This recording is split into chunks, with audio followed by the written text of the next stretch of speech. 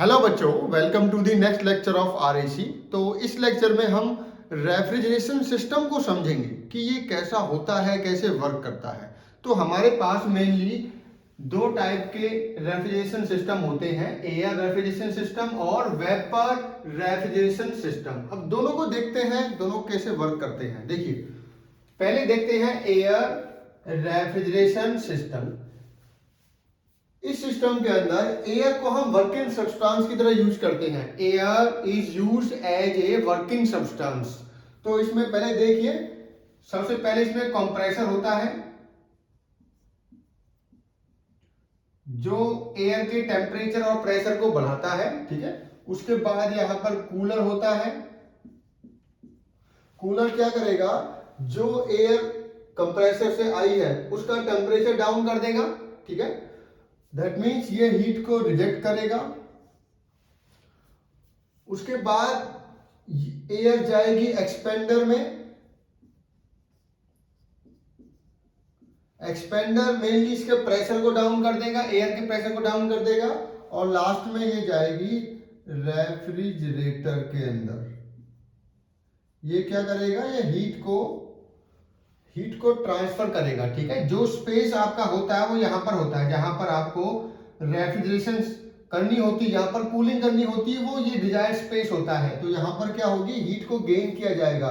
जो आपकी एयर है उसको हीट दी जाएगी जिससे कि आगे कंप्रेसर में वो ट्रांसफर हो सके, ठीक है। तो ये साइकिल हमारी रिपीट होती रहती है। कंप्रेसर कंप्रेस करेगा, कूलर उसकी हीट को निकाल देगा। ये किसकी हीट को निकाल रहे हैं, एयर। यहां पर कौन सर्कुलेट कर रहा है, air.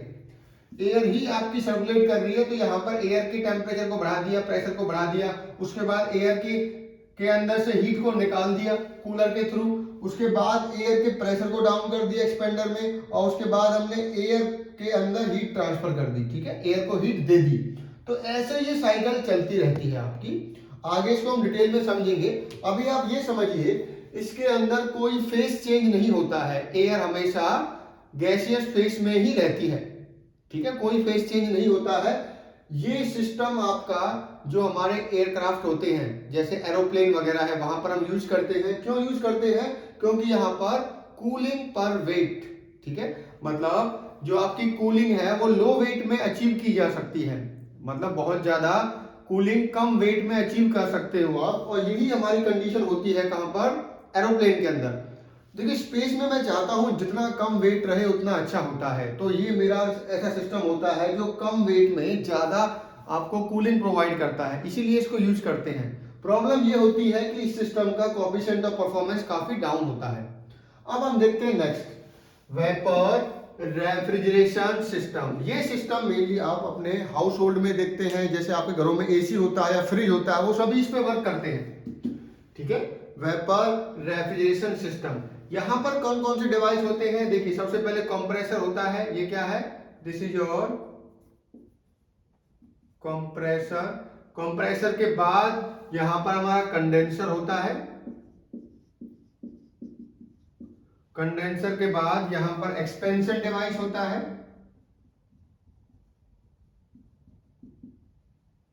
Expansion device mainly capillary tube use करते हैं। और लास्ट में एवोपरेटर होता है। क्या होता है, एवोपरेटर। देखिए, यहां पर जो वर्किंग सब्सटेंस है वो मेरा रेफ्रिजरेंट होता है। क्या बुलाते हैं उसको, उसको हम बुलाते हैं रेफ्रिजरेंट। तो डिफरेंट डिफरेंट रेफ्रिजरेंट यूज करते हैं, जैसे हमारा R11 हो गया, R12 हो गया, R22 हो गया, अमोनिया हो गया, डिफरेंट डिफरेंट यूज करते हैं, ठीक है। मेन ये होता है कि इसके अंदर फेस चेंज होता है, ठीक है। जो आपका वर्किंग सब्सटेंस है उसका फेस चेंज होता है। 50% साइकिल में तो वो गैसियस फेस में रहता है और 50% में वो लिक्विड फेस में रहता है।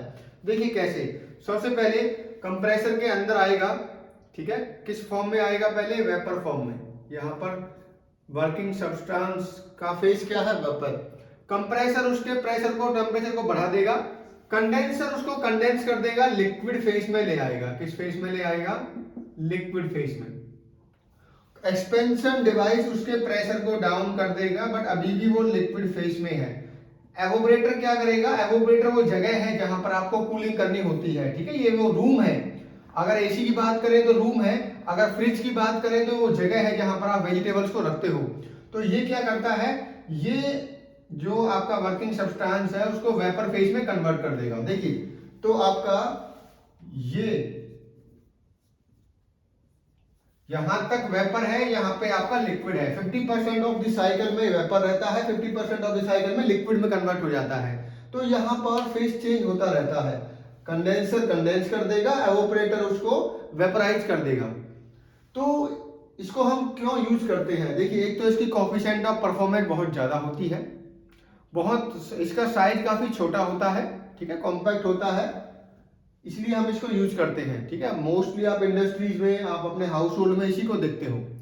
तो नेक्स्ट लेक्चर में हम डिटेल में देखेंगे। सबसे पहले हम एयर रेफ्रिजरेशन सिस्टम को समझेंगे कि ये कौन सी साइकिल पे वर्क करता है। जैसे अगर मैं बात करूं वेपर रेफ्रिजरेशन सिस्टम की, तो वीसी साइकिल पे वर्क करता है। क्या नाम होता है साइकिल का, वीसी साइकिल। उसी तरीके से ये एयर रेफ्रिजरेशन सिस्टम आपका बेल कोलीमन साइकिल या रिवर्स ब्रेटन साइकिल या जूल साइकिल, बहुत सारे नाम होते हैं। तो हम ये समझेंगे सिस्टम वर्क कैसे करता है, कौन सी साइकिल पे ऑपरेट होता है, सीओपी कैसे निकालते हैं। ठीक है, वो फर्दर लेक्चर्स में हम कवर करेंगे। Thank you.